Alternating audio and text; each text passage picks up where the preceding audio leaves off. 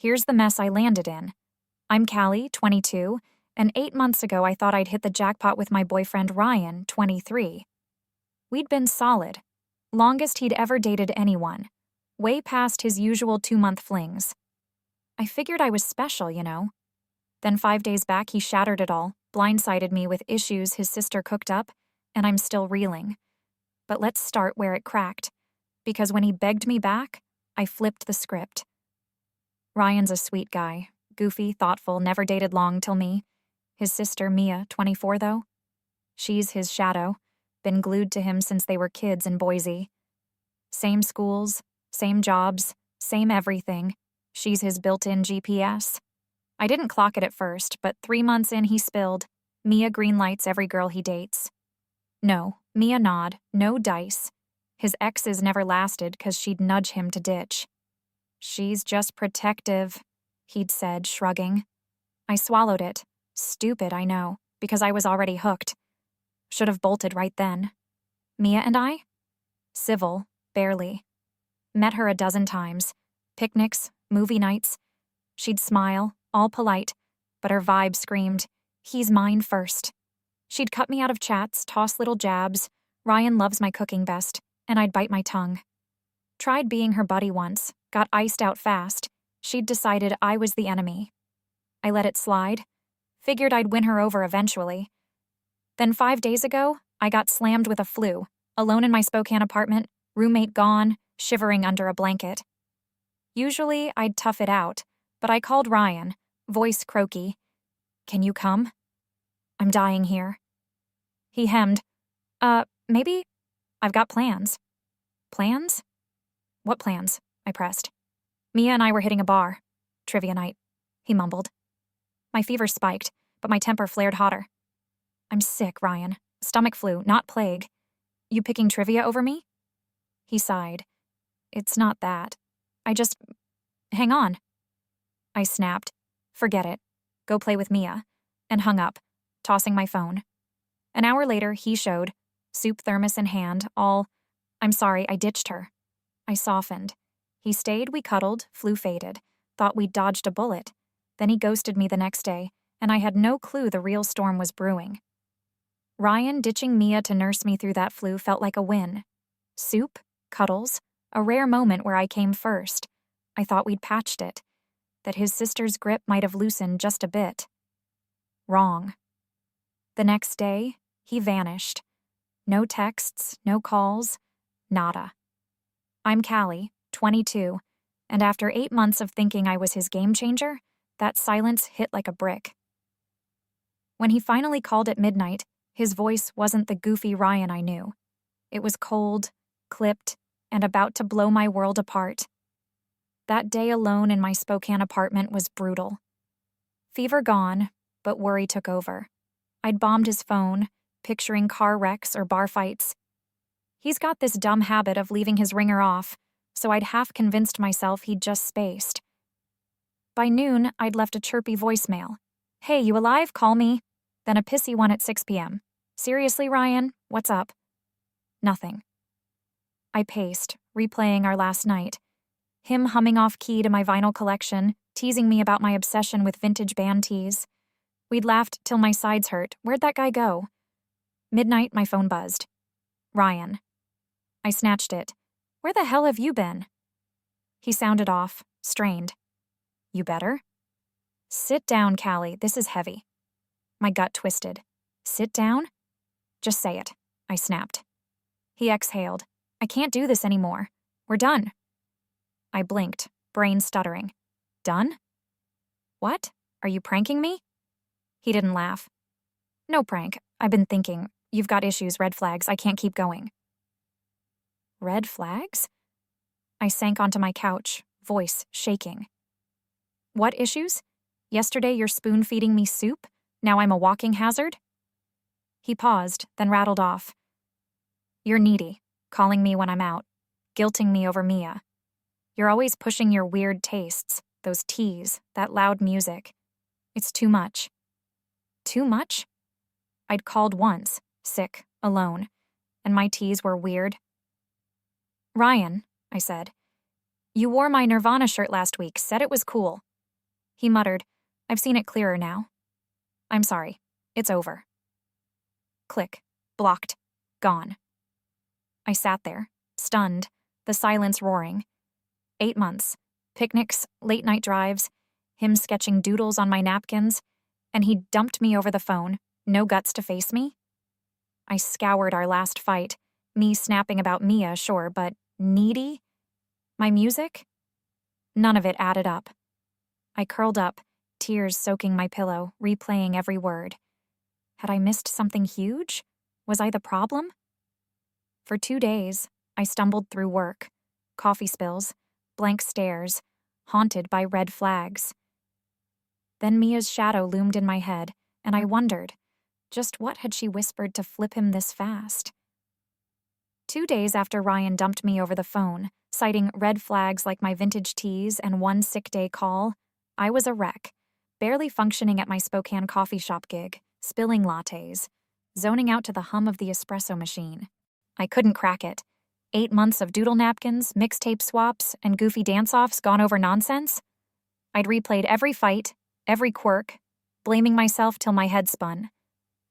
Then, late last night, my phone lit up. Ryan. And the truth spilled out, messy and wilder than I'd ever guessed. I just crashed on my couch, surrounded by crumpled band posters I'd yanked down in a fit. His weird tastes jab still stung when the call came. I stared at his name, thumb hovering, then answered, "What, Ryan? Done ghosting me?" His voice cracked, frantic. "Callie, oh God, I'm so sorry, don't hang up." "Sorry?" I sat up, wary. "You dumped me over teas. What's this now?" He rambled. "I didn't mean it. I didn't want to break up. Mia, she got in my head, said you're trouble, and I panicked." Mia. My gut clenched. Her shadow loomed bigger than ever. "Slow down," I said, voice tight. "What did she say?" He gulped. "She flipped out after I bailed on trivia night. Said you're clingy, always calling when I'm with her, trying to steal me. She brought up your teas, your playlists. Said you're molding me into some hipster clone, controlling me."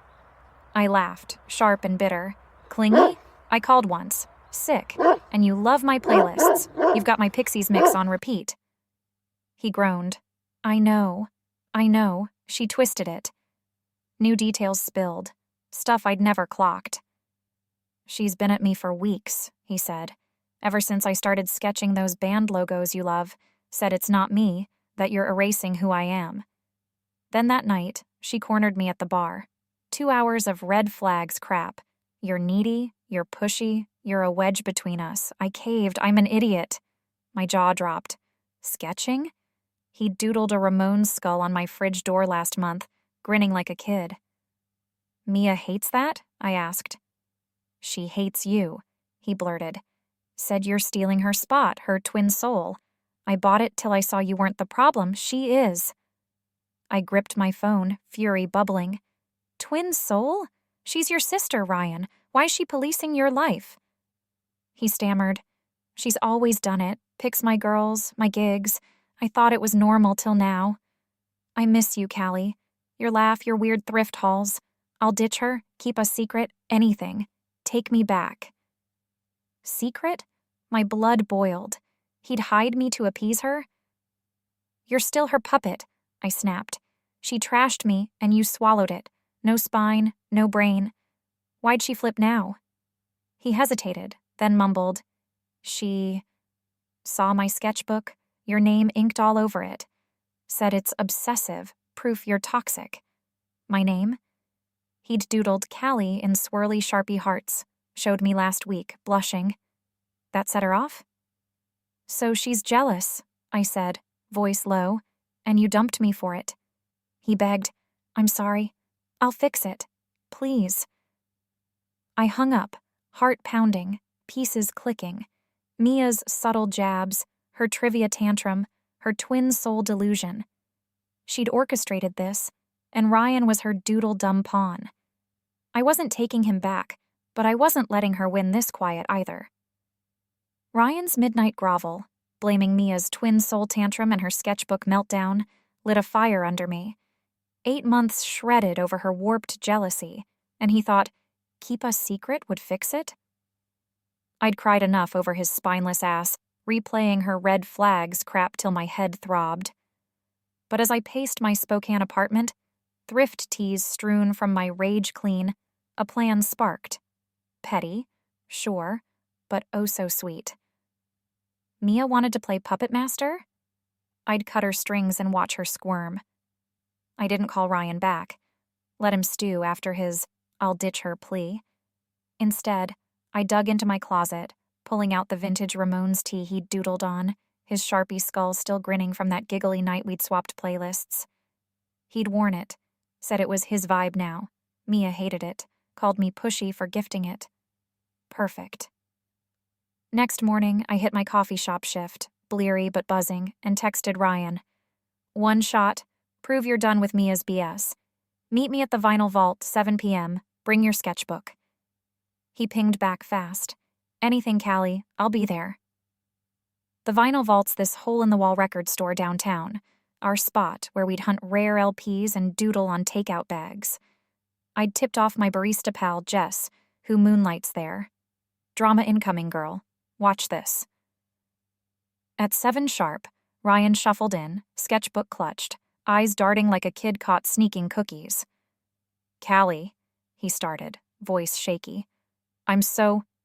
I cut him off. "Save it. Here's the deal. You tell Mia you're picking me, and her red flags are garbage. Face to face now or we're done for good." He blinked. "Now?" "She's at her shift. Bar's 2 blocks away." I smirked, tossing him my phone. "Text her. Meet me at the vault urgent." "Do it, or I walk." He fumbled, typed, "Mia, need you at Vinyl Vault ASAP," and showed me. "Sent," he croaked. I nodded. "Good. Let's see if you've got guts." Jess, behind the counter, winked.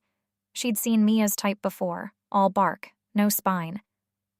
10 minutes later, Mia stormed in, apron half-tied, Boise Brewery logo smudged with beer. She'd clearly bolted mid-shift. "Ryan, what's this?" she snapped, then clocked me, eyes narrowing. "Her? Seriously?" I leaned on a rack, Ramones tee loud on my chest. "Hey, Mia, heard I'm controlling. Thought we'd chat." Ryan swallowed. "Mia, I'm done listening to you. Callie's not the problem, you are. Your red flags? Total crap. I'm with her." Mia's jaw dropped, then twisted. "You're joking. She's a leech, Ryan. Those teas, that noise, she's turning you into her lapdog." I laughed loud. "Lapdog?" He sketched this. I tapped the shirt. "Without me asking. You're just pissed I've got more pull than your bar trivia." Her face flushed. Jess stifled a snort. Ryan, red, stammered, "Mia, you've got to stop. I choose Callie." I didn't wait. Grabbed my phone. "Cool story. We're done anyway. Enjoy your twin soul." Blocked him mid-gape. Turned to Jess. "Spin that Pixies vinyl. I'm out." Mia lunged. "You little—" But Jess stepped in. "Chill, lady. Take your soap opera elsewhere." Ryan grabbed her arm, dragging her out, her curses fading. I stayed, vinyl crackling, adrenaline pumping. I'd flipped her game, humiliated her on her turf, and ditched his puppet ass. Petty? Hell yeah. Worth it? Every second. After I flipped the script at the Vinyl Vault, making Ryan ditch Mia's red flags spiel right in her smug face, I walked out on both of them, Pixie's vinyl spinning behind me. 8 months of his puppet act and her jealousy, torched in one petty glorious blaze. I thought that was it. Closure, done, onto bigger vibes. But Ryan and Mia weren't ready to fade, and their last gasp landed me a win I didn't see coming, sweeter than any thrift score. The next day, my Spokane apartment buzzed with post-drama glow. I'd swapped my shift, cranked my Velvet Underground LP, and sprawled on the couch, sketching my own doodles for once. Spiky hearts, no Ryan in sight. Jess texted, "Heard Mia's whining at the brewery, says you're a vindictive hag." Epic. I grinned. Vindictive? Maybe. Hag? Nah, just smarter. My phone stayed quiet. No groveling calls, no Mia rants. I'd blocked them hard, Figured they'd slink off, licking their wounds. Wrong. 3 days later, Jess dragged me to a Boise Buddies loft party. New Year's pregame, Callie. Wash those clowns out of your hair. I wore my loudest thrift find, a glittery 80s jacket screaming, "I'm over it," and rolled in, sipping a spiked cider. Halfway through a chat about rare B-sides, the door swung open. Ryan and Mia, arm in arm, eyes locked on me. My cider froze mid-sip. Jess whispered, "Oh, hell. They're dating now?" Dating? After 8 months of twin soul sabotage, they'd paired up? I laughed, loud enough to turn heads. Ryan strutted over, Mia smirking behind him like she'd won some prize. "Callie," he said, voice dripping fake pity. "Moving on fast, huh?" Guess I dodged a bullet. Those issues were real. Mia chimed, "Yeah, saw you flirting already, pathetic." Flirting? I'd been geeking out over vinyl, not batting lashes. I set my drink down, slow, and stepped up, glitter blazing. "Dodged a bullet? You crawled back crying 3 days ago. Callie, I miss your laugh. Till I made you ditch your puppet master here." The room hushed. Partygoers perked up, cider cups pausing. Mia flushed. "You're a liar." I cut her off. "Am I?" "Tell him about the vault, Ryan. How you picked me till I dumped your ass. Or how Mia flipped over my name in your sketchbook. Jealous much?" Ryan stammered, "That's not—" I laughed, sharp. "Save it. You're a matched set now, spineless and spiteful. I'd say congrats, but no one else'd touch you two." Mia lunged. "You're trash." But a guy I'd been chatting vinyl with stepped in. "Back off. She's cool, you're loud." Jess cackled. "Oof, roasted." Ryan's face went beet red. He grabbed Mia, her shrieks echoing as he hauled her out. "We're done here." Done?